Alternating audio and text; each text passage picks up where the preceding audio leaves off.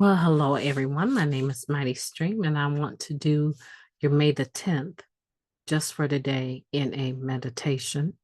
Hope you're doing well today. If you need to reach me, free to do so at recoveryofhope21@gmail.com. All right, the title of the meditation is Becoming Entirely Ready.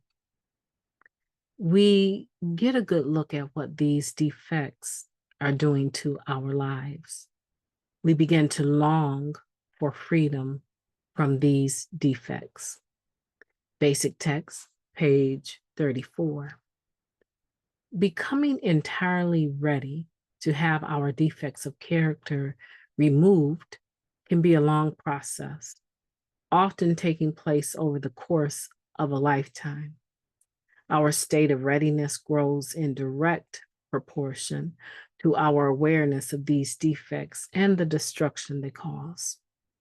We may have trouble seeing the devastation our defects are inflicting on our lives and the lives of those around us. If this is the case, we would do well to ask our higher power to reveal those flaws which stand in the way of our progress. As we let go of our shortcomings and find their influence waning, we notice that a loving God replaces those defects with quality attributes.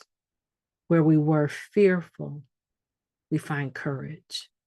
Where we were selfish, we find generosity. Our delusions about ourselves will disappear to be replaced by self-honesty and self-acceptance. Yes, becoming entirely ready means we will change. Each new level of readiness brings new gifts. Our basic nature changes, and we soon find our readiness is no longer sparked only by pain, but a desire to grow spiritually. Okay, but just for today says, I will increase my state of readiness by becoming aware, more aware rather, of my shortcomings. That's a beautiful, beautiful, beautiful meditation.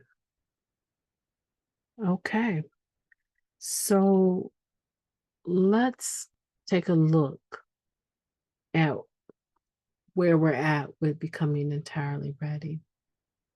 Because the process of becoming entirely ready oftentimes is painful initially.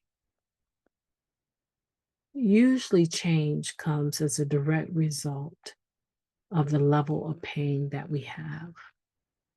And so we want to make sure, that we understand where it's coming from and why it's coming, right?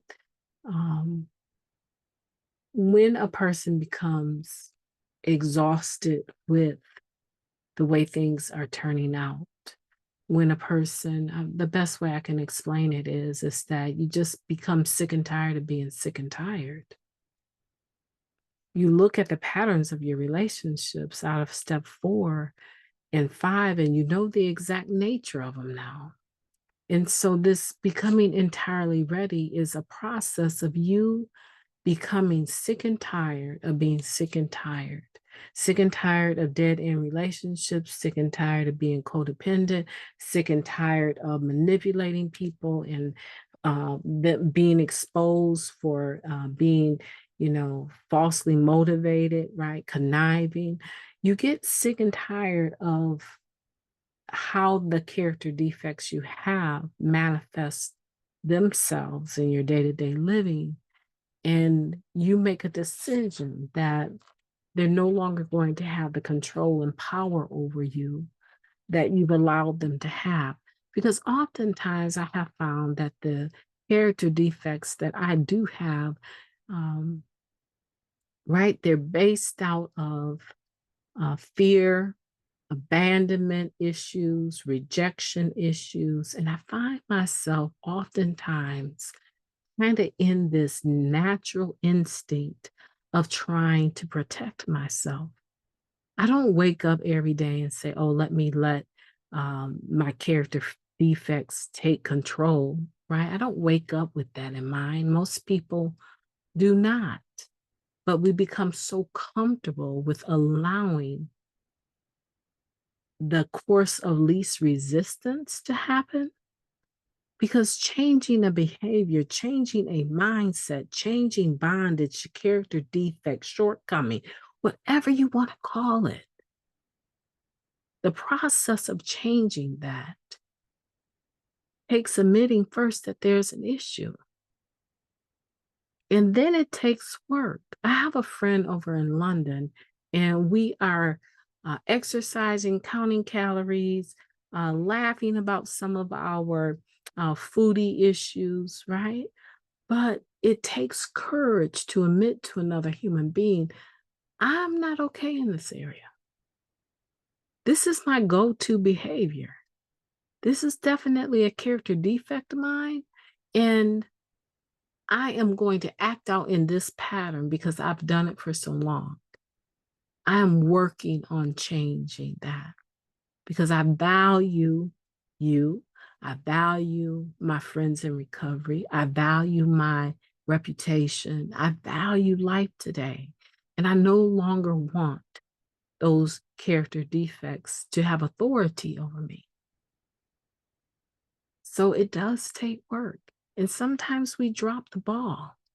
We drop the ball because we're no longer open to humbly asking the God of our understanding to remove these shortcomings.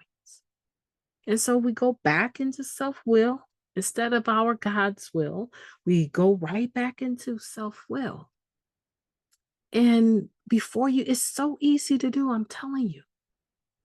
It's so easy to do. Before you know it, you will have picked up the behavior yet again. And you'll be deep in the middle of it. And you'll think to yourself, how did I get here? I said I was never going to do this again. I asked God to help me, and here I am again. I was making such good progress. And you know what it comes down to? Surrender. One is too many, and 1,000 is never enough. If I personally do not change people, places, and things that I consider triggering, some people hate that word, but there are certain people, certain places, and certain things that trigger me to want to leave God's will and go into self-will and make something happen. There's a transference that goes on when I deal with certain people. They remind me of certain situations that I did not handle and ended up being hurt. And so now they are proxy. They serve proxy for that past resentment, that past situation. And you know what? I'm going to draw the line with you, and I'm going to make sure that you don't get over me the way so-and-so did. It's not going to happen again, not on my watch. And I take my will into my own hands. And I become again chasing one more, not the drug, the behavior.